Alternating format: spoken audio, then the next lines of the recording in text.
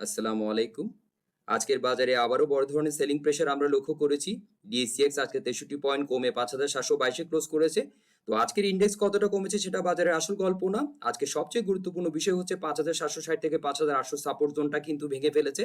এটা একটা গুরুত্বপূর্ণ সাপোর্ট জোন ছিল এবং এর নিচে ক্লোজ করেছে 5722 এ। তো এখন প্রশ্ন হচ্ছে এখান থেকে কি রিকভারি আসতে পারে নাকি বাজার আরো নিচের সাপোর্ট টেস্ট করবে? তো চলুন সেই বিষয়টি আমরা বোঝার চেষ্টা করি। আজকের মার্কেট ড্যাশবোর্ডের দিকে তাকালে প্রথম যে বিষয়টা আমাদের চোখে পড়ছে সেটা হচ্ছে মার্কেটের ওভারঅল উইকনেস। ডিএসইএক্স 63 পয়েন্টের মতো কমে 5722 এ ক্লোজ করেছে। আর আমরা যদি মার্কেট অ্যাক্টিভিটির দিকে চলে যাই, আমরা কিন্তু আজকে দেখেছি ডিএসইএসও কিন্তু 15 পয়েন্টের মতো কমেছে, ডিএস30ও কিন্তু 17 পয়েন্টের মতো আজকে কমেছে। আমরা দেখেছি মার্কেট ব্রেথ খুবই নেগেটিভ ছিল, 32টা অ্যাডভান্সার্সে ছিল, ডিক্লাইনার্সে ছিল 322, আর 29টি আনচেঞ্জড অবস্থায় আমরা আজকে দেখেছি। অর্থাৎ আজকের সেলিং প্রেশার ছিল ব্রড বেসড। সবচেয়ে গুরুত্বপূর্ণ বিষয় হচ্ছে লিকুইডিটি এখনো হেলদি দেখালেও টার্নওভার কিন্তু আগের তুলনায় অনেক কমে এসেছে আমরা দেখতে পাচ্ছি। কয়েকদিন আগেও আমরা দেখেছি 1000 থেকে 1150 কোটি টাকার কাছাকাছি টার্নওভার কিন্তু আমরা দেখেছি, আর এখন সেটা 700 কোটির আশেপাশে দেখতে পাচ্ছি। তাই ড্যাশবোর্ডের ওভারঅল মেসেজ হচ্ছে মার্কেট বেয়ারিশ, ব্রেথ খুবই নেগেটিভ, কিন্তু কিছু সেক্টরের সিলেক্টিভ স্ট্রেংথ এখন আমরা লক্ষ্য করছি। আর এখন যদি আমরা টার্নওভারের ট্রেন্ডটা একটু দেখার চেষ্টা করি, 16 আগস্টে টার্নওভার ছিল 1131 কোটি, 17 আগস্টে 995, 18 আগস্টে আমরা দেখেছি 998 কোটি, এরপরে 19 আগস্টে আমরা দেখেছি 732, 20 আগস্টে 671, আর আজকে হচ্ছে 711 কোটি। অর্থাৎ মার্কেট নিচের দিকে যাওয়ার সময় ট্রেডিং অ্যাক্টিভিটিও কমেছে। এটা সরাসরি প্যানিক সেলিং এর সিগন্যাল না, বরং বলা যায় সেলিং প্রেশার রয়েছে, কিন্তু নতুন বাইং পার্টিসিপেশন এখনো কিন্তু শক্তিশালী না, আমরা এটা বলতে পারি।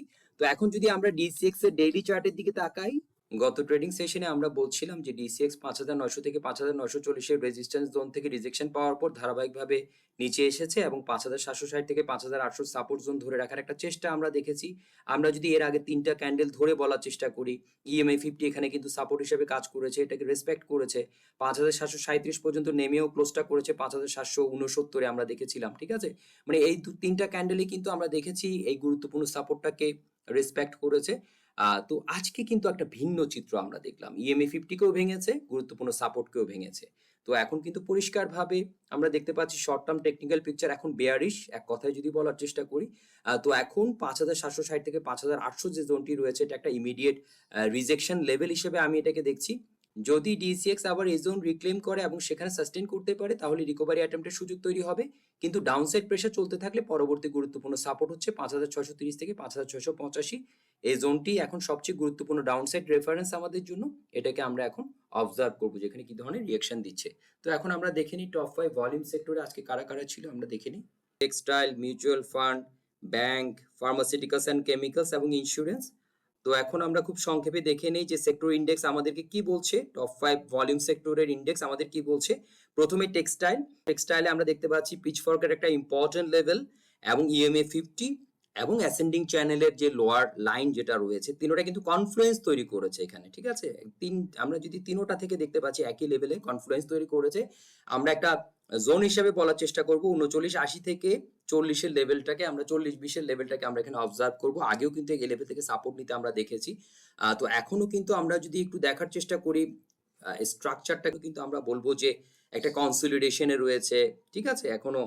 এবং এখান থেকে আগেও যেহেতু এই জোন থেকে আমরা দেখেছি এই লাইনটা কাজ করেছে, এবারও কিন্তু কাছাকাছি এসে সেখান থেকে আমরা দেখেছি একটু উপরে ক্লোজ করেছে, 40.4 এ ক্লোজ করেছে আজকে। তো এখন ধরে রাখতে পারছি কিনা 40-এর এই লেভেলে, আমরা এটা দেখার চেষ্টা করবো। এখনো কিন্তু পজিটিভ এক কথা যদি বলি। তো এরপর হচ্ছে মিউচুয়াল ফান্ডে আমরা যেটা বলে আসছিলাম 7.2 কে অবজার্ভ করবো, এটাকে কিন্তু এখনো ভাঙেনি, 7.3 পর্যন্ত নেমেছিল, 7.4 এ ক্লোজ করেছে, 7.5 লেভেলটাও ইম্পর্টেন্ট। তো এটাকে আমরা কিন্তু শর্ট টার্ম, আমরা যদি মোমেন্টামের কথা বলি, এটা কিন্তু দুর্বল বলবো, শর্ট টার্ম মোমেন্টাম দুর্বল হতে দেখতে পাচ্ছি।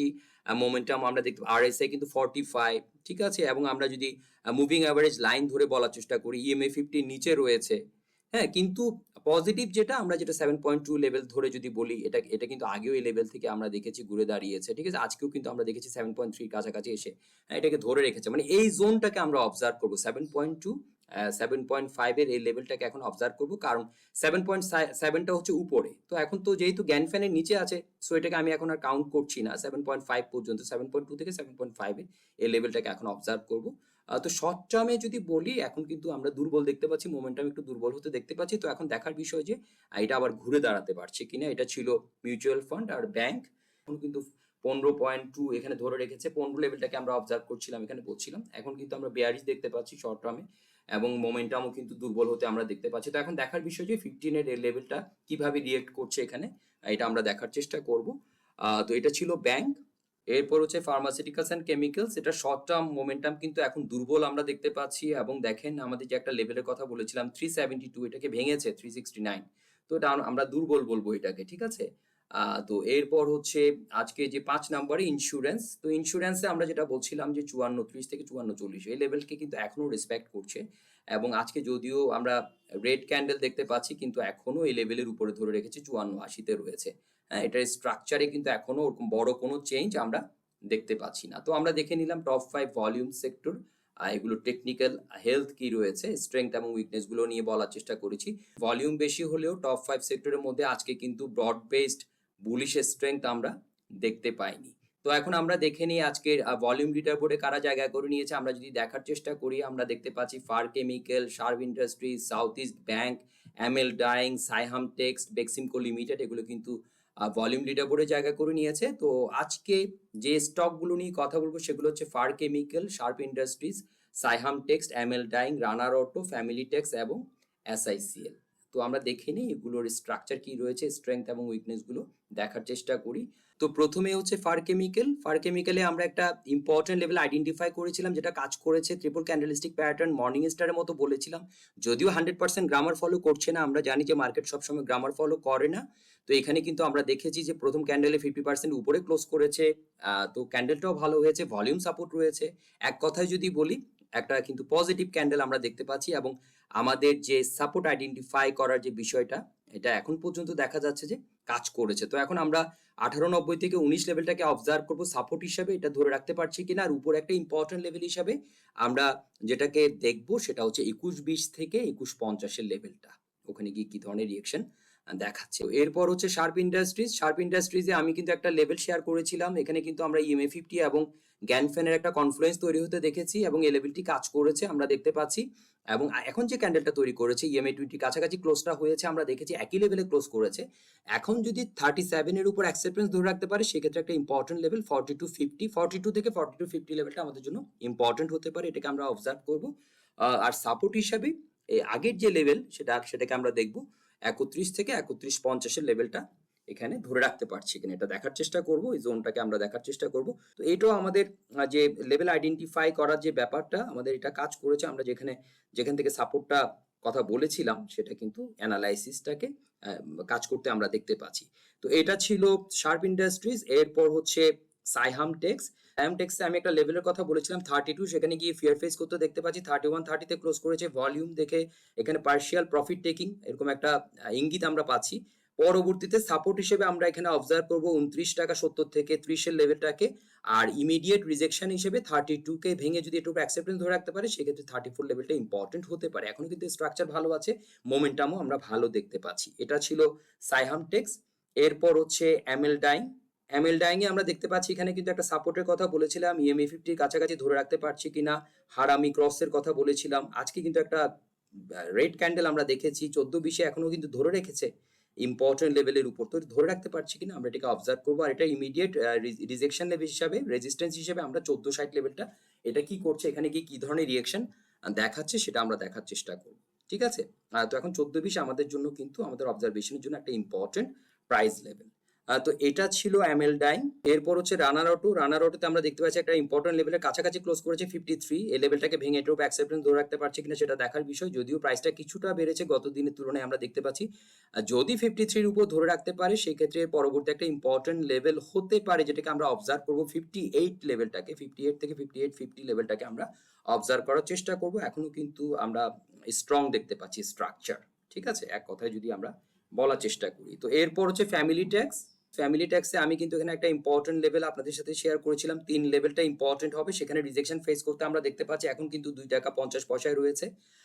তো এরপর একটা ইম্পর্টেন্ট লেভেল হচ্ছে 2.20। তো এখন দেখার বিষয় যে এখান থেকে আবার ঘুরে দাঁড়াতে পারছে কিনা এবং 3 লেভেলকে ভাঙতে পারছে কিনা। যদি 3 লেভেলকে ভাঙতে পারে সেক্ষেত্রে 4 লেভেলটা হচ্ছে পরবর্তী লেভেল। আর সাপোর্ট হিসেবে 2.20 এর লেভেলটাকে আমরা এখন অবজার্ভ করতে পারি। এখন কিন্তু একটু বেয়ারিশ আমরা দেখতে পাচ্ছি, ইএমএ 2050 নিচে রয়েছে এবং আমরা যদি মোমেন্টাম দেখার চেষ্টা করি সেটাও কিন্তু অনেকটা বেয়ারিশ বলবো আমরা। তো এটা ছিল ফ্যামিলি ট্যাক্স। আর আজকের আলোচনার শেষ যে স্টক সেটা হচ্ছে এসআইসিএল। তো এসআইসিএল এ যদি আমরা দেখার চেষ্টা করি একটা ইম্পর্টেন্ট লেভেল থেকে ঘুরে দাঁড়িয়েছে, আমরা ধরে বলার চেষ্টা করব 37, এই লেভেলটা ইম্পর্টেন্ট একটা লেভেল, 37 থেকে 3740 লেভেলটা এখান থেকে ঘুরে দাঁড়িয়েছে আমরা দেখতে পাচ্ছি। এরপর আজকে কিন্তু 4160 তে ক্লোজটা করেছে। এটা কিন্তু একটা আগের যে একটা রিজেকশন ছিল ওই রিজেকশন লেভেলের আমরা দেখতে পাচ্ছি ফিয়ার ফেস করছে। আগেও কিন্তু এই লেভেল থেকে আমরা রিজেকশন ফেস করতে দেখেছি। তো এখন দেখার বিষয় যে 42-এর উপর ধরে রাখতে পারছি কিনা। যদি ধরে রাখতে পারে সেক্ষেত্রে নেক্সট একটা লেভেল আমরা দেখতে পাচ্ছি 4480 থেকে 45 লেভেলটা ইম্পর্টেন্ট হতে পারে। ভলিউম কিন্তু ভালো ছিল, ইএমএ 2050-র উপরে রয়েছে, মোমেন্টামও কিন্তু ভালো 62 তে আরএসআই, সবকিছু মিলে ভালো আছে। কিন্তু যেহেতু আগের একটা রিজেকশন লেভেলের কাছাকাছি রয়েছে, একটা ফিয়ার ফেস করছে এখানে, তো দেখার বিষয় যে এটার উপর ধরে রাখতে পারছে কিনা 42 এর উপরে। তো আমরা দেখে নিলাম ভলিউম লিডার বোর্ডে থাকা বেশ কিছু স্টকের টেকনিক্যাল স্ট্রাকচার, স্ট্রেংথ এবং উইকনেস গুলো। তো এখানে একটা বিষয় কিন্তু লক্ষ্য করার মতো, আমরা দেখতে পাচ্ছি বাজারের ওভারঅল সেন্টিমেন্ট বেয়ারিশ হলেও কিছু ইন্ডিভিজুয়াল স্টক কিন্তু এখনো রিলেটিভ স্ট্রেংথ এবং ভলিউম সাপোর্ট দেখাচ্ছে। তাই পুরো মার্কেট দুর্বল হলেও এই ধরনের স্টকগুলোকে কিন্তু আমরা আলাদাভাবে ওয়াচ করতে পারি, আমরা নজরে রাখতে পারি। তো আগামী সেশনে মূলত আমি তিনটি বিষয় দেখব। প্রথম যেটা সেটা হচ্ছে ডিসিএক্স কি 5760 থেকে 5800 যে জোন রয়েছে সেটা রিক্লেম করতে পারছি কিনা। আর দ্বিতীয়টা হচ্ছে যদি ডাউনসাইড প্রেশার চলতে থাকে তাহলে 5630 থেকে 5685 সাপোর্ট জোনে বায়ার রেসপন্স কেমন হয় সেটা দেখার চেষ্টা করব। আর তৃতীয়টা খুবই ইম্পর্টেন্ট, সেটা হচ্ছে রিকভারি হলে শুধু হবে না, ইন্ডেক্স উপরে উঠলেই হবে না, টার্নওভার এবং মার্কেট ব্রেথও ইমপ্রুভ করতে হবে। কারণ এখনকার পিকচার হচ্ছে ইন্ডেক্স বেয়ারিশ, ব্রেথ অত্যন্ত নেগেটিভ আমরা দেখতে পাচ্ছি এবং টার্নওভার আগের তুলনায় অনেকটা কমেছে। তাই এই মুহূর্তে অ্যাগ্রেসিভ বুলিশ হওয়ার চেয়ে কনফার্মেশনের জন্য অপেক্ষা করাই কিন্তু বেশি গুরুত্বপূর্ণ আমাদের জন্য। আর আজকের মার্কেটের সবচেয়ে গুরুত্বপূর্ণ মেসেজ হচ্ছে 5760 থেকে 5800 সাপোর্ট জোন ডিসাইসিভলি ব্রেক করেছে এবং 5722 ক্লোজ করেছে। এখন ডাউন সাইডে 5630 থেকে 5685 হবে পরবর্তী গুরুত্বপূর্ণ সাপোর্ট জোন। তবে মার্কেট এখান থেকে কি করবে সেটা শুধু একটা ক্যান্ডেল দেখে না, সাপোর্ট রিঅ্যাকশন, টার্নওভার এবং মার্কেট ব্রেথ, এই তিনটি জিনিসের দিকে আমাদের নজর রাখতে হবে। ধন্যবাদ সবাইকে।